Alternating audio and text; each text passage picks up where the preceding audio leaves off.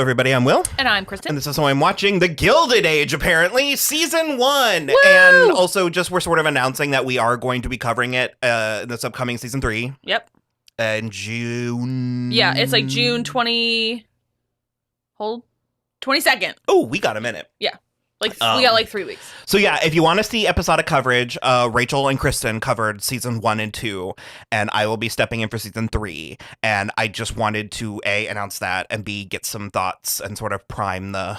Also, Rachel moved to New York, so there is 0% chance she's gonna do this. So just FYI.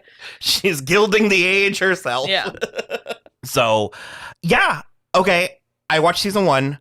I'm kind of obsessed with this. Yeah. I love it so much. Good.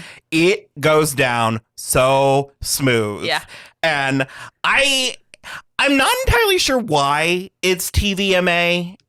I like that it is because I like that. There's not even really like a lot of swearing. There was no violence. There was one nudity. Yeah, I was like, there was no sex to speak of except for when Turner tried to get with George. And I mean, Bertha had her nightgown, her sheer nightgown, which was, I don't know. I like that part and that's part of it. Like, I like the romance and the I mean, it is like an adult show, like a grown-up show. But I watched like the bulk of this one with my mom because it's been ages since we just sort of watched anything. And I was like, want to watch like a romance show? Like for the... Yeah.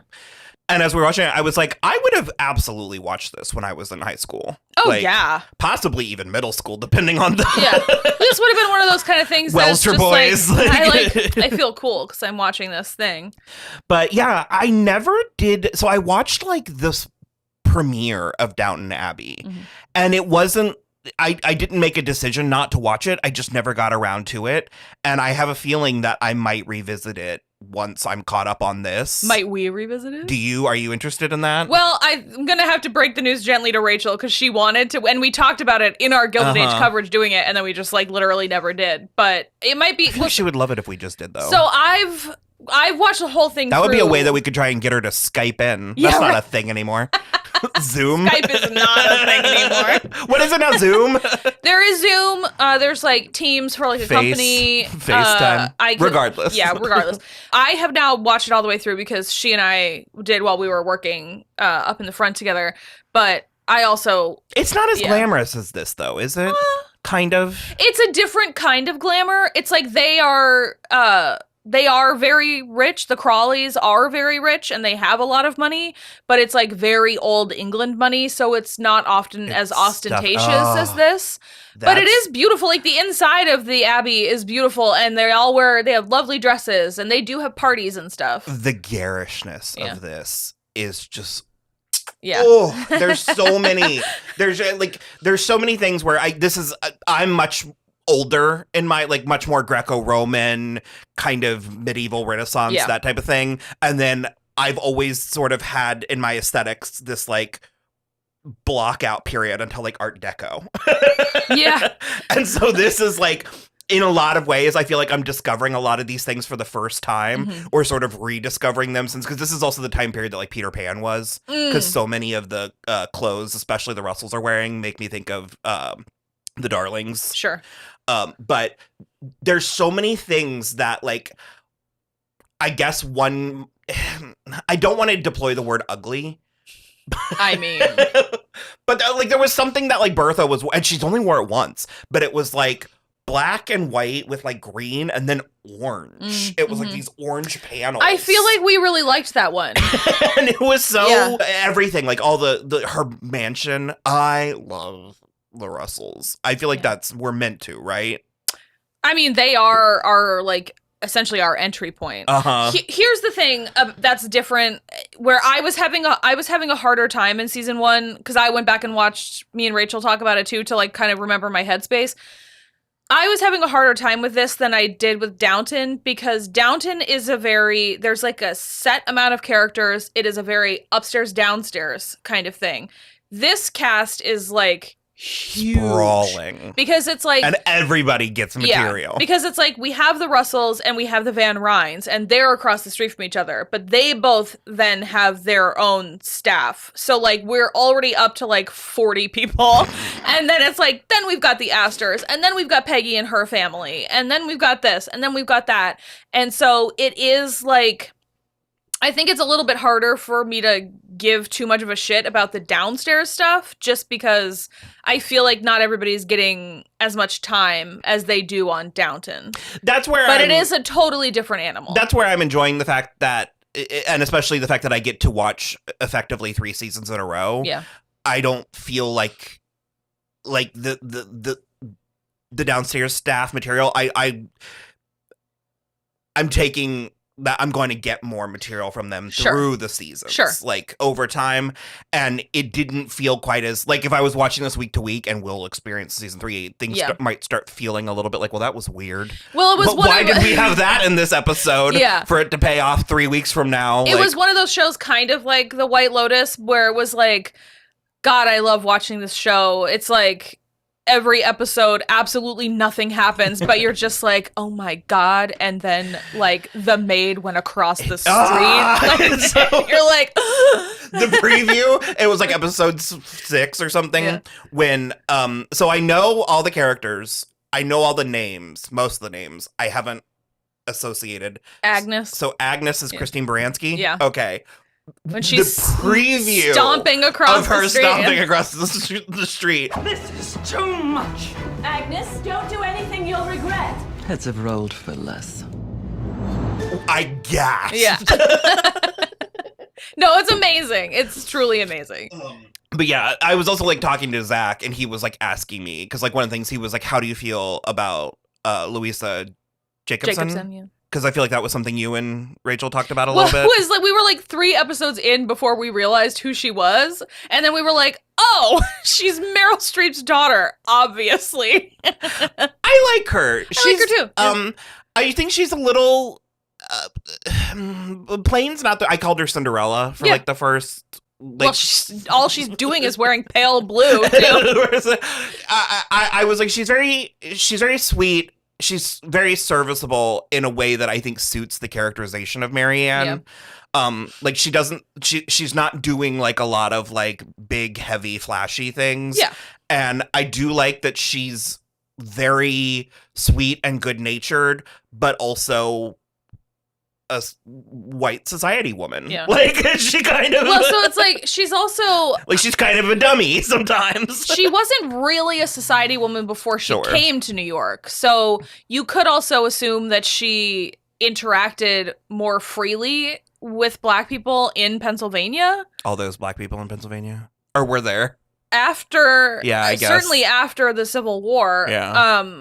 But I mean, it's just, and also Pennsylvania was never.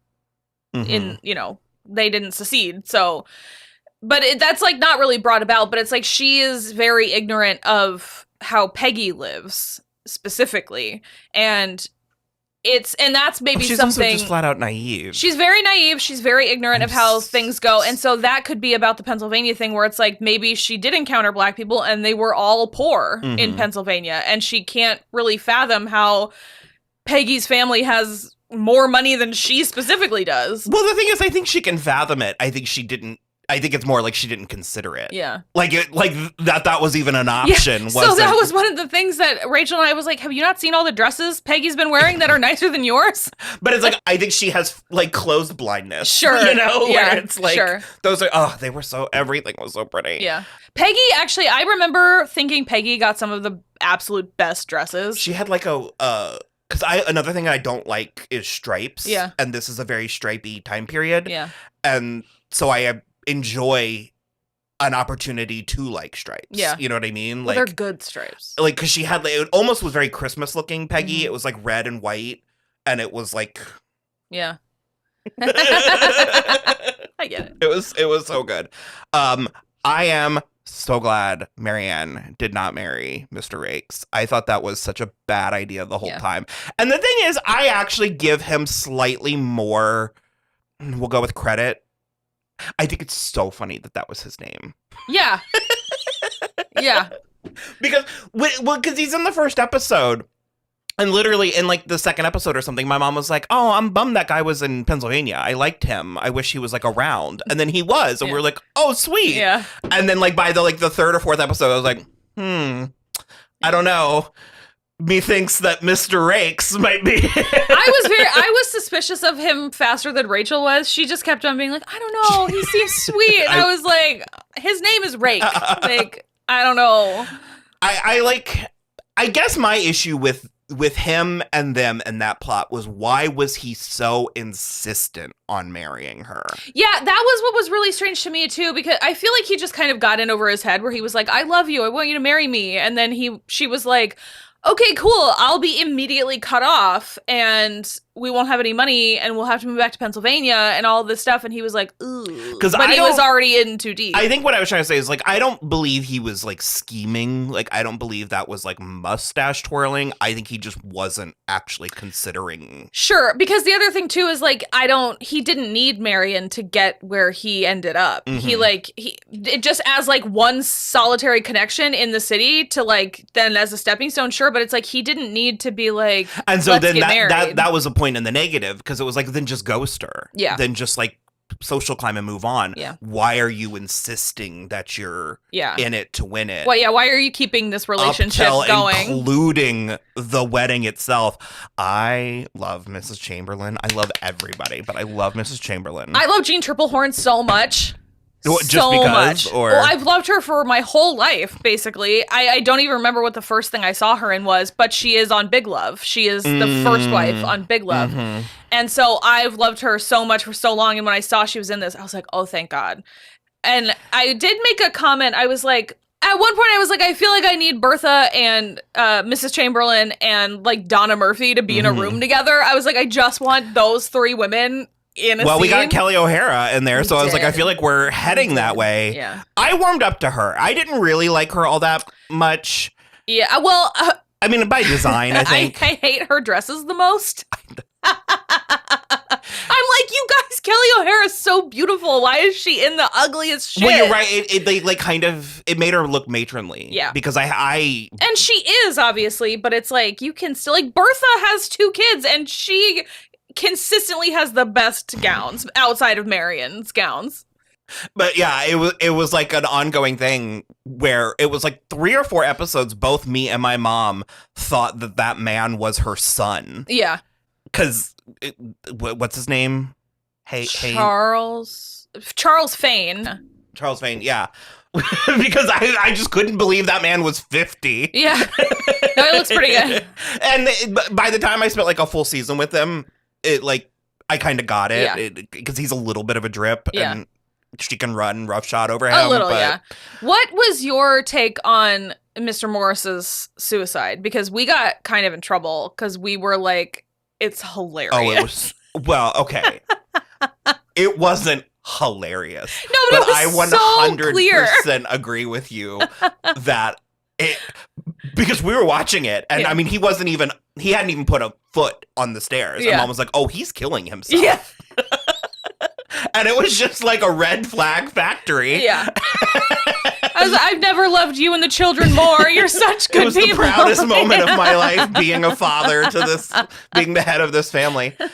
And no, I thought you guys were hysterical, because this is also the first time that I've watched something that you guys covered that I've been able to go back and watch the whole, like I've seen episodes of you, but I've like went back and watched the whole thing, and I thought that was so funny. Yeah. And no, I mean, it's not funny. Well, also, though, I don't understand what his end game was, because they would still be poor. They just would be poor without the head of the household. So I was like, so you're going to kill yourself and just leave your wife with nothing? I don't know if he had like life insurance or something. I'm not sure. I mean, if he did, but suicide wouldn't cover that. Back then, I don't think that was. Well, they said something about, because there was a comment about how he shouldn't have even been allowed to be buried in consecrated ground. That's just because it was suicide. That doesn't have to do with insurance. I just mean the like standards were. Yeah, I mean, I'm not sure. I mean, they were very openly doing insider trading, so I feel like the legalities. But wasn't that before that was like a thing? No, I'm pretty sure it was still illegal. Okay. Go read our comments because everybody was very condescendingly telling us what they were doing. So, I didn't finish though. The Miss Chamberlain. I just assumed she was going to have been a madam. That's what I thought. That would be pretty good too. And if anything, I actually think that would work more than just she was a mistress. Well, it's yeah. And I guess they covered on the show where it's like once her husband died is when she got kind of ostracized. But I was like, I don't know, at a certain point, once everybody... That's the thing that I'm just like, once everybody likes you, what's the problem? Yeah. Well, nobody's been allowed to like her, so... But with the Russells and with, like, especially with Mrs. Astor, where I'm like, just decide they're chic. Yeah. And then you're the powerful one who... It's like Mariah Carey and Madonna. Yeah. Where it's like Mariah Carey figured it out. And Madonna still tries to lord her status over the new up-and-coming. And it's like, get them in... And, like, they'll kiss the ring. Yeah. Like, bring Jennifer Hudson and Ariana Grande onto your Christmas special and make them sing second harmony to you. Like, they'll do it. Like, but it's the short-sightedness of so many of these people. And Nathan Lane himself was like, if we don't at least allow them the belief that they could get in, they'll overthrow us. Yeah. And that's also so apparent with the kids. Because none of these hoity-toities people's kids have any problem going to the Russell's house. Yeah. And so just be the cool mom. Just be like... Yeah. So I will say that stuff does continue into season 2. Now that I've seen season 2, I was able to like pick out a couple of things, but there was a comment or two made about the new people not being able to get boxes at the opera. That's the plot of season 2 is that because they're talking about building opera houses. A new, which I'm assuming is going to be the Met. Yeah, I love that. I literally, I was like, so how? I was like, count down how long before we get the Statue of Liberty. The hand was in. And I only knew that because they said something about President Garfield, and Seth Meyers had just name dropped that President Garfield was president when because he didn't keep it and give it to his personal library when it was over. It just was a gift of the country. Kill myself. Yeah, there was also, I feel like it was during this, but they said something about like President Arthur or something, or President Ash or something. Me and Rachel both were like, there's no way that's true. And it totally is. Yeah. I want a little bit more from John Adams. Oscar's boyfriend? Oliver? Oscar. Here's the thing. I like Oscar. I just don't like him with other characters. So initially when he like cooked up this idea to like pursue Gladys, I was like, she could do worse than like an established wealthy gay husband. I mean, he's not going to hurt her. But now that I'm further into the show, he might make a fool of her. Also, do you want... No. Well, it's not 100% confirmed, but people are very insistent that Gladys is Consuelo Vanderbilt. And so, sorry. And she was sent overseas to have a duke. Yeah. Well, because that's what my mom said. Is mom was like, he's not good enough. Mom was like, he's definitely not good enough for Bertha. My mom was like, Bertha's gonna want a prince and nothing. Like, so I mean, that could go either way. I said, once I got further in, I was like, no, that's ridiculous. But I also called it because John Adams was getting butthurt, kind of understandably. I think that's the problem. Is Oscar just takes for granted that he's just going to be there waiting for him. Yeah, I get that that Oscar's the schemer, like he's the one with the ideas, but I'm like, John is more desirable. He's like more handsome. Yeah. And so I'm like, and so I was like, why doesn't John just start courting Gladys, which is what happened. And he kind of did, yeah. But I also get that they're not like I guess I want more from John Adams, but I also feel like his days are numbered. Mm-hmm. So, because I mean, once you got to start killing off characters. I would be surprised if they killed him. But I do like Oscar. I like that he's a bit of like a scoundrel. Yeah. I think it's fun. Yeah. His mom doesn't seem to know, which is weird to me. Yeah. Or are we just not acknowledging it? Have we not gotten... I think he just hasn't embarrassed her yet, so it doesn't really matter. But Do you want to talk about how hot George is so I can show you specifically these pictures of his back tattoo? Oh my God. Yeah. Good grief. He's also got like a... Yeah, on his chest here, he's got like a silhouette of a naked lady. Oh, I know this picture. Yeah. You guys have referenced him in other We things. did, yeah. That picture has flashed up on the screen. He's so hot. No, he is. I was expecting for him to be more of a jerk, and so far he's been... That's why I like him so much, because he is like, he's devoted to Bertha. Like I love that they're a love match, and so like it let Turner be actually like just a villainess. Turner was so weird. She's so unappealing. And I'm just like, you absolutely cannot butt-ass naked get into your boss's bed with those bangs and expect to compete with this woman? Absolutely no tea, no shade to the actress. She's lovely. No, yeah, of course. As her own individual person. Yeah. The character of Turner is not very appealing. Yeah. She's aggressive and snooty, and it's she comes in so hot. Like, I was sort of like, the hell is this? And she's being such a jerk about Bertha to the rest of the Russell staff, where she's like, she has no idea how to do this. And I'm like, help her then. Tell her what to do. I was just like, literally everything that you're offering, Bertha already has, and you're lesser. It's like I was like, you look like his wife, only she's prettier. Yeah. Like, what is this? And believe me, I get men, like I get how they work, but that's where it was so nice that he just flatly turned her down, that he just was like, get out of here. Well, and once I realized that was her point, I kind of jumped on board. Yeah. So like after like the first two, because I did not like her the first 2 or 3 episodes, and then I was like, it's kind of fun having a villain. Yeah. And once she was scheming with Oscar, I was like, that's kind of fun too. Yeah. Last I've seen, they've shipped her off, which that was hilarious too. And Bertha just makes herself actually so game. That the fact that they still are so withholding. Yeah. Because and the scene where she fired Miss Turner, and she was just like, Turner, I've been thinking, and I wonder if it isn't time for us to take a rest from each other. What? We don't get on as we used to. Like all employers, you set the tone. See what I mean? It was great. It was really great. I was going to say something too. Oh, because the Bertha scene with Mrs. Astor in the finale at Gladys's coming out, when she was like, we could be so much more powerful together. Like, you just are my friend now. And Mrs. Astor was like, gross. How did I get myself in this scenario? Well, I think it was a little bit like, I'm not even mad. I'm impressed. Sure, yeah. Well, I just like, and that's the thing for me. And where, she's got Nathan Lane eating out of the Pomeranian. I love Mr. McAllister. He's gay, right? Yeah. He's like, what's his face from Penny Dreadful? Sure. Simon Russell Beale? Yeah. Okay. Have we met his wife? You guys were talking about her, and I didn't. She was in Newport. Was she that older woman that... Oh, okay. Yeah. Where she was like, they're going to all go do this. Gladys, why don't you stay here with me? And Oh. I feel you'll enjoy it. So she's a hag, and he... Okay. But they are like, I mean, match made in heaven, those two. So, to your point about them just like withholding from Bertha, it's like every kind of thing where very specifically she was like, when Mrs. Astor came to call on her because Caroline was not invited to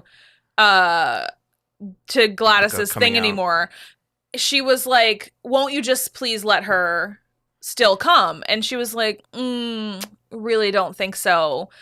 You came here when you knew nobody else would be here. And she's like, that's the thing, is she is doing the punishments that fit the crime. And then the people are like, how could you uninvite my daughter? And it's like, you're the one not playing ball. Like, you made this happen. It would be so easy to fix it. And then she was like, okay, fine. If you'll come, then fine. But also you have to get the Van Ryns to come. Because I'm absolutely sick of being shunned on my own doorstep. Like, I'm not doing this anymore. Everyone's coming or no one's coming. She says something like, to be cut every time I walk through the front door. Yeah. I do love Agnes and Ada.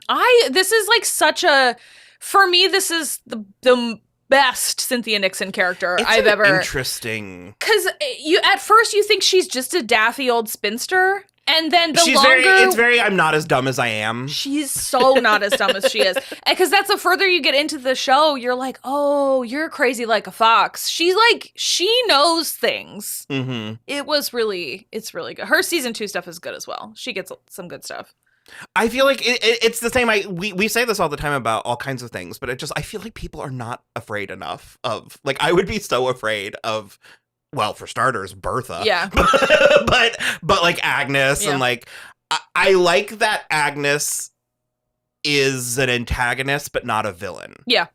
I like that a lot. Well, she also is kind of like growing and learning a little bit, where it's like she's very against the new money, but as soon as Marion's there and she's like, I'm not gonna be friends with who you tell me to. I'm like, I like Larry. Like, he's a nice man. I like Gladys. She seems like a nice girl. Like, I'm not going to not be friends with them because you told me to. Mm-hmm. And she's just like, she goes to Mrs. Chamberlain's house like 5 times. And it's like, this could all be ruinous to her. And she just is like, I don't care. She seems nice and she's got good art. And it's like amazing to me.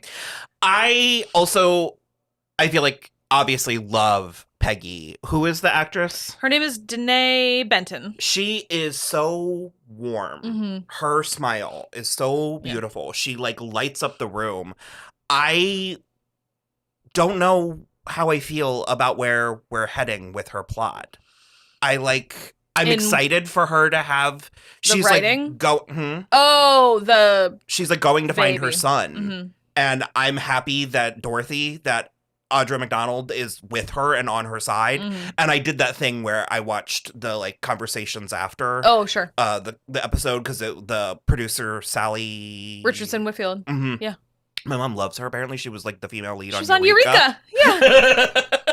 She's great. She also has been doing a lot of producing and directing, like, since then. Mm-hmm. She's kind of stepped back a lot from acting. So when I started, and she also took over as showrunner, I think, like 2 or 3 episodes into the show. Oh, is that why maybe it found its focus?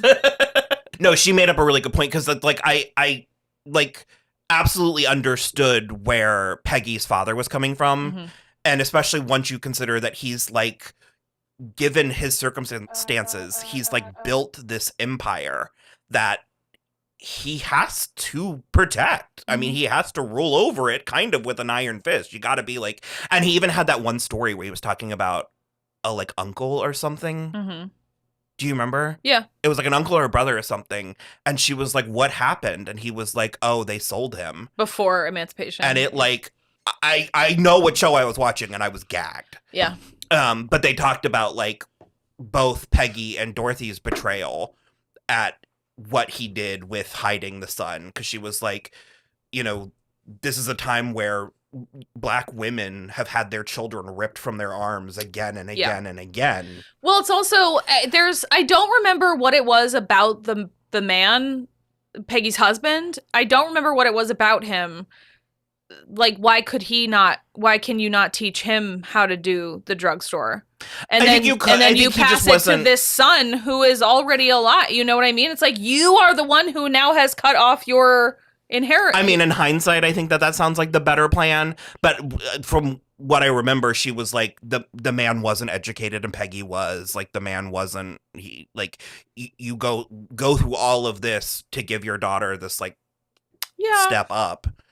We do get into it in season 2, and then she has more plot. I just like I want her to be more than Agnes's secretary, but I also don't want her not in the house. Like, I want her to be there, and I like her and Marianne's friendship. Yeah, I want Marianne. It remains cute. Okay, I didn't want to lose sight of her. No, she gets a lot of play. She's not maybe as like in the mix. Mm-hmm.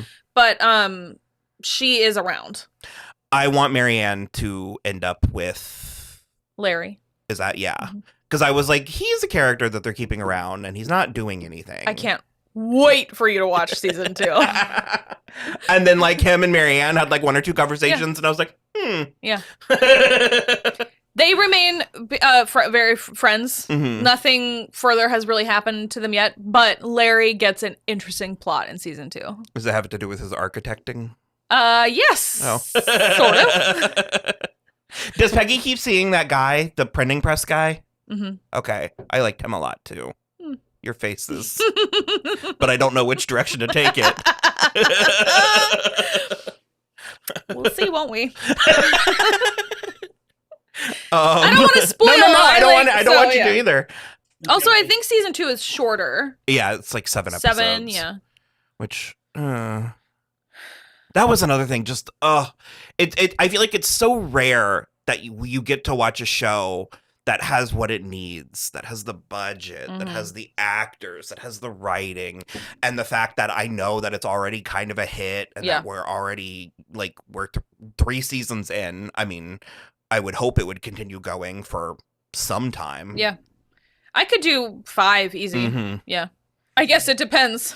No, I guess, no, there's not. I think we're through stock market crashes till the 20s, right? Oh. It was 1884, maybe? Yeah, 1907. List of stock market crashes. 1869, that would have already happened. There was a panic in 1884. And then 1893, 1896. So we're still a little ways away from that. 10 years or so. Oh, this is from season 2 then, because they're in an opera box. Oh.